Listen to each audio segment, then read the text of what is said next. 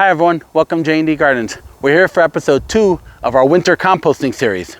Now if you saw episode 1, we talked about the things that are needed for a good compost pile. Materials like carbon and nitrogen and water and air. Today's episode we're going to be concentrating on nitrogens. Nitrogens, also called greens because most of the materials are greenish in color, they provide proteins for the microorganisms that eat through your organic matter in your compost pile. Materials that are high in nitrogen are things like grass clippings, leafy plant trimmings, spent flowers, fruit rinds and cores, vegetables, raw or cooked, and corn cobs. So like I said in episode 1, I truly do believe that winter is one of the best times to start a compost pile because of the availability of all the materials, especially nitrogen.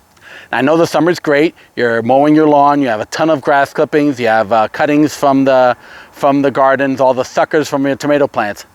But as your garden dies out for the winter, you're going to have a ton of leftover plants.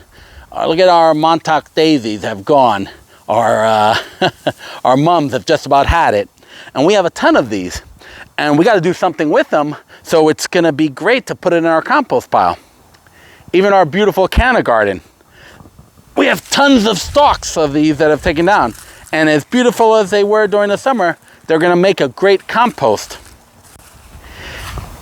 Even things like pumpkins that you use for your fall display in different gourds. They're all great sources of nitrogen, and you have a ton of it at once, as opposed to the summer waiting for each week when you're cutting your grass and clippings from the garden.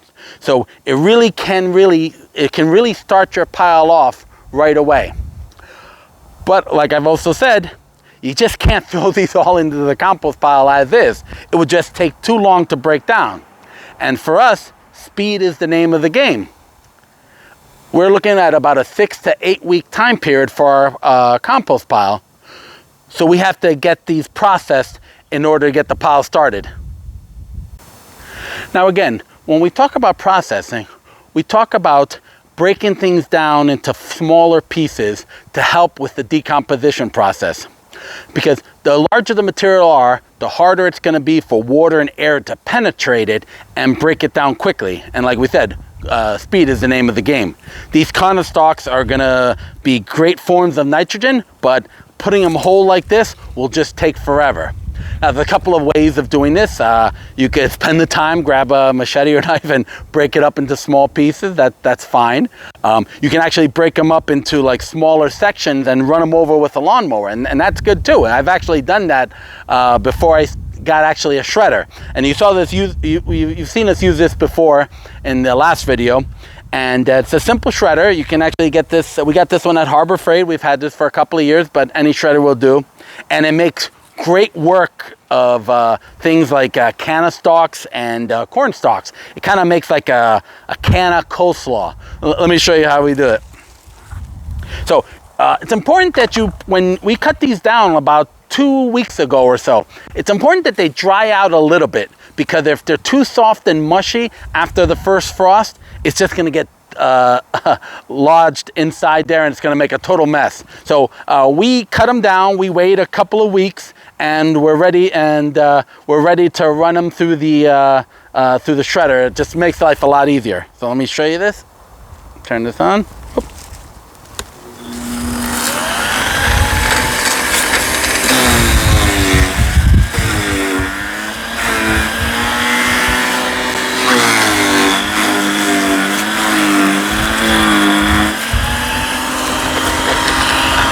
Another one.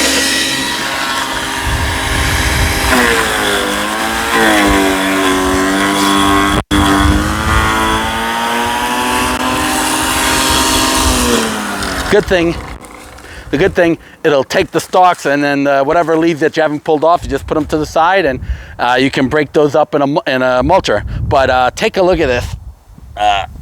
This is like, you can feel the moisture in it. It's great. It's like a can of coleslaw, and It's going to have just enough moisture that it's not totally dried out.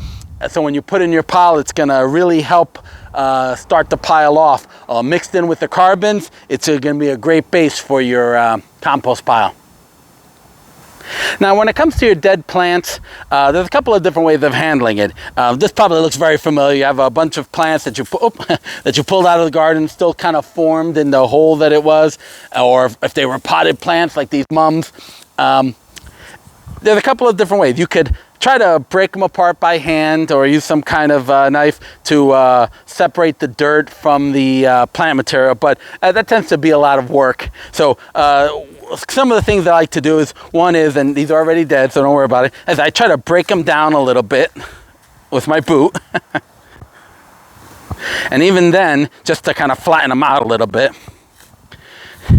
But even they're still a little too big to break down, but I am flattening out for the next process, which I'll show you in a second. So once I've broken them down, you can use a shovel too. I'm just kind of doing this quick for the video. Now the next thing I'm going to do is, it might seem a little unorthodox, but it's actually very practical. You've seen me use the lawnmower to mulch leaves in the last video, and I do the same thing with any kind of potted plants or plant material, because it's going to break them up and it's going to bag them for you. It's going to take in the dirt, and that's fine, because as long as it's not too wet. You want to make sure these are dried out. Don't do it when the soil's wet. It's going to make a big old mess in your lawnmower. And then it'll just be so much easier for you to store till you put it in your compost pile. So let me just move this to the side, and let me show you how we do this. So you want to put your lawnmower on the highest setting height. Let's make sure this starts okay. So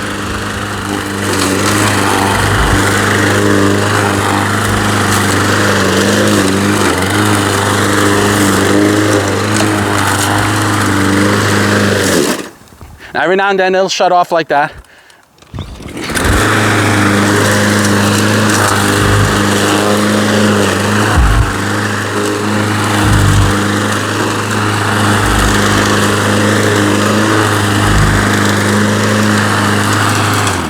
Now it seems like it's making a big old mess, but at the same time it's breaking everything down, as you can see. Then you just pile it up a little bit more, and it's bagging it, which is the best part.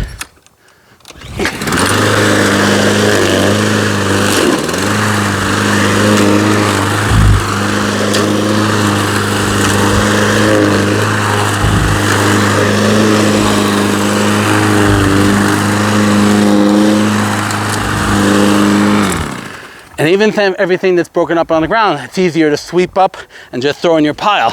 But as you can see, it really does make short work of it. It's all grounded up, even with the potting material, and that's fine. Let me show that again. Whoop, let me put that there.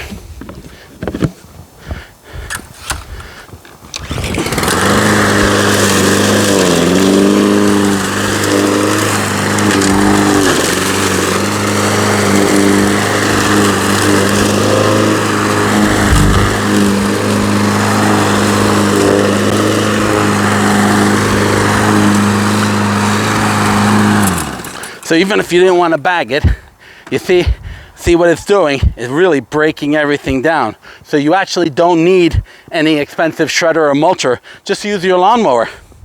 Scoop this all up, throw it in your compost bin, and you're gonna be ready to go.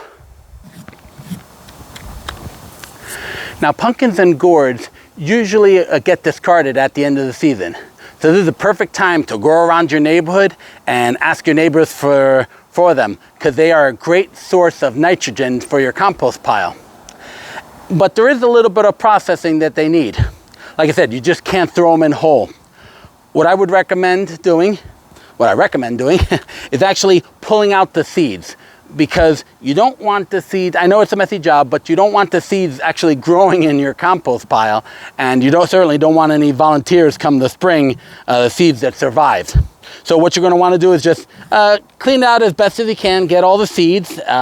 If the pumpkin hasn't gone bad, then you can find a recipe for cooking the seeds, and let me tell you, they taste great. But sometimes I know pumpkins are nasty and mushy at the end of the season, so just do the best you can, collect all the seeds. Then what you're going to want to do is you're going to want to pulverize these, break it into smaller pieces. Now you can actually cut them into smaller pieces. Once the pumpkin is broken down, cut down, it will actually break down easy in the compost pile. It's just when they're whole like this. But what I like to do, since I don't want to spend the time cutting them, I just grab some kind of container like this recycling container. I just drop them in there, and you get some kind of blunt object, like a shovel, or in this case, this is a stamper for pavers and for dirt. I like it because it's flat and has a sharp edge, and it's easy to break it down. Now you can use your lawnmower for this, though I don't recommend it. I tried it once. It makes a hell of a mess. But as long as you have some kind of container or some kind of garbage can, just kind of break it down. There's really no rhyme or reason. The reason I like this, it has a sharp edge, so I can just break it down. Makes it a little bit of a mess, but not too bad. And then what you do is just turn it around. But it's really made it, really breaks it down great.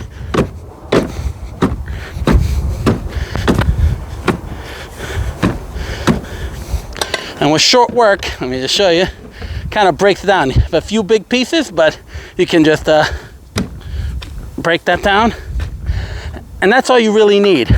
I usually wouldn't make a mess on the floor like this. I'm just kind of showing you how it does it. That will break down in the compost pile, no problem. And it's going to bring all that great nitrogen to the pile, and it's better than this these pumpkins going to some kind of landfill. So I got a few more pumpkins to do, so let me get at it. So once you've processed all your nitrogen material, when it comes to storage, there's no real good way of storing it. And the reason why is because nitrogen has moisture in it. So if you put it in a container like this, or any kind of container, it's actually going to start decomposing. So what we do is, at the end of the season, when we're collecting everything like this, we actually use the nitrogen as the big base for our pile. And then we'll add some carbon in there. And there'll be so much moisture in it as the weeks go by. That's when we keep adding the carbon, and it burns it up, and it helps break down the material. But storing it, unfortunately, is just not going to be really practical. If you do try to do that, then you're going to find when you come back to it and you open up the bin, it's going to start smelling because it's breaking down. So there are other ways, other sources of nitrogen, which we'll have in future videos over the winter. We'll bring you that a little bit later. But keep an eye out for one of our next videos where we show you how to start your own compost bin a real cheap way out of pallets. And also keep an eye out for the next episode in this series where we start our winter pile. So I hope you guys enjoyed this video. Hope you learned something. Hoping you're giving winter composting a try. And if you like our videos, please leave us a comment. We'd love to hear from you. And be sure to hit like and subscribe. So until next time, remember, yes we can.